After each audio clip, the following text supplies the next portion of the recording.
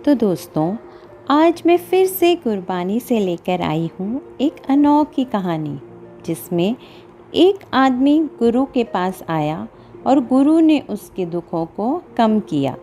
तो जानते हैं आज की कहानी में। तो चलिए शुरू करते हैं आज की कहानी। एक आदमी गुरु गोविंद सिंह जी के पास आया और कहने लगा, गुरुजी, मुझे बहुत दुख है।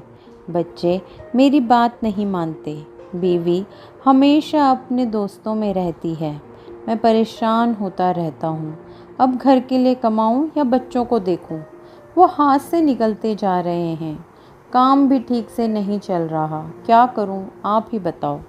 गुरुजी बोले, जा तू कहीं से भी उस आदमी के पाँव की एक चप्पल ले आ जो तुझे सुखी लगे, तभी मैं तेरे दुख का निवारण कर पाऊँगा।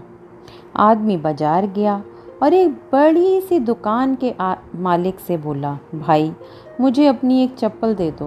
दुकान का मालिक बोला, तो मुझे गरीब तो नहीं लगता जिसके पास चप्पल ना हो, और अगर होती भी तो तू केवल एक ही चप्पल क्यों मांगता, पूरी बात बता, तभी दूंगा चप्पल। आदमी ने उसे सारी बात बताई तो दुकानदार बोला, भाई चप्पल तो मैं दे दूं, लेकिन अगर तुझे लगता है कि मैं सुखी इंसान हूँ तो तू बहुत गलत है। मैं भी तेरी ही तरह दुखी हूँ, हमेशा यही सोचता रहता हूँ कि कहीं दुकान पर चोरी ना हो जाए, कोई काम करने वाला ही चोरी ना कर ले, इसीलिए हमेशा दुकान पर बैठा रहता हूँ। खाना भी अच्छे से नसीब नहीं होता, नींद भी नहीं आती। आदमी उसकी चप्पल वहीं छोड़कर आगे जाने लगा। तभी उसे वहाँ के एमपी की गाड़ी दिखाई दी। उसने सोचा, ये तो ज़रूर सुखी होगा। बड़ी जान पहचान लगाकर वो उसके घर पहुँचा और उसकी एक चप्पल लेकर भागने लगा। सुरक्षाकर्मी उसको पकड़कर एमपी के पास ले आए। उसने उससे माफ़ी मांगी तो एमपी ने भी यही कहा कि लेकर जानी थी तो दोनों लेकर जाते, एक क्यों ले गए। जब उसने उसे सच्चाई बताई तो एमपी बोला, अरे भाई कहाँ का सुखी, दिन भर विपक्ष कौन सी चाल चल रहा है यही सोचने में निकल जाती है। रात को भी आजकल नींद नहीं आती, नींद की बीमारी है। 100 तो बीमारी लगी हुई है, शुगर बीपी सब हो गया है। ना कुछ मन का खा सकता हूँ ना सो सकता हूँ, किस बात का सुखी।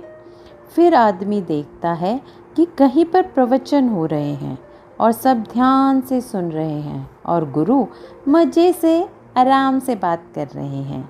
उसने उनकी चप्पल ही उठा ली। गुरु हंसने लगे, अरे तूने मेरी ही चप्पल उठा ली, चल बैठ, अब मैं तुझे बताता हूँ।